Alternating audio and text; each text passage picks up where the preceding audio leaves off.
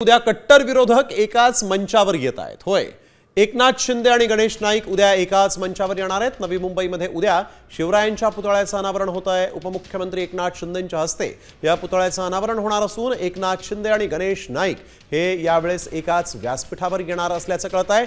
सूरज मसूरकर आमचे प्रतिनिधी आपल्या सोबत यावेळेस फोन लाईनवरून जोडले गेलेले आहेत। सूरज, काय दिगची माहिती? उद्या कट्टर राजकीय विरोधक एकत्र येत आहेत।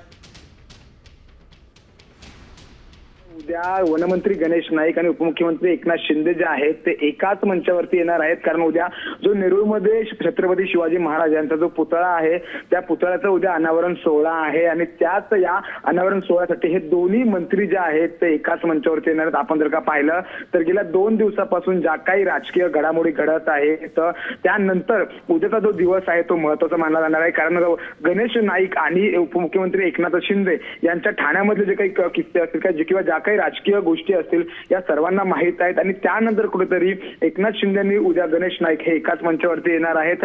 त्यामुळे या कार्यक्रमाकडे सगळ्यांचं लक्ष लागलेलं आहे की नेमकं आता गणेश नाईक आणि उपमुख्यमंत्री एकनाथ शिंदे उद्या नेमकं काय बोलतात, एकमेकांसंदर्भात काय बोलतात हे पाहणं फार महत्त्वाचं आहे। कारण आगामी स्थानिक स्वराज्य संस्थांच्या निवडणुका आहेत आणि आपण पाहिलं तर मागे काही दिवसांमध्ये गणेश नाईकांनी उघड जे आहे ते एकनाथ शिंदेवरती टीका केली होते, शिंदे गटावरती टीका केली होती आणि त्यामुळे आता उद्याच्या या कार्यक्रमामध्ये नेमकं काय होतं हे पाहणं देखील तितकंच महत्त्वाचं राहील। धन्यवाद सूरज, आपण दिलेल्या सविस्तर माहितीसाठी।